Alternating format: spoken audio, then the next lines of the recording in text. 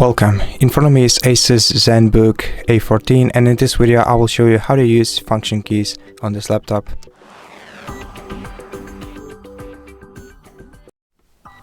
So the function keys are located at the top of your keyboard, and they are listed from F1 to F12, and they have both primary and secondary functions. Primary functions are the same for each keyboard, and they have different functions depending on which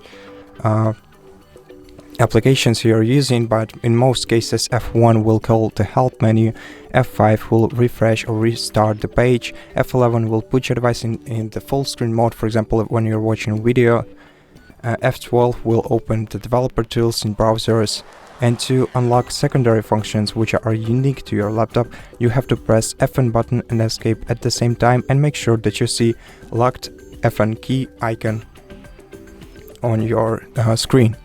And then you'll be able to use F1 to mute your system audio, F2 to decrease the level of your system audio, F3 to increase it, F4 to decrease your brightness level, F5 to increase it, F6 to toggle your touchpad, F7 to toggle your keyboard backlight, F8 to change the projection type, F9 to mute your microphone, F10 to toggle your camera, F11 to enable rectangular screenshot, and F12 to call my ASUS application.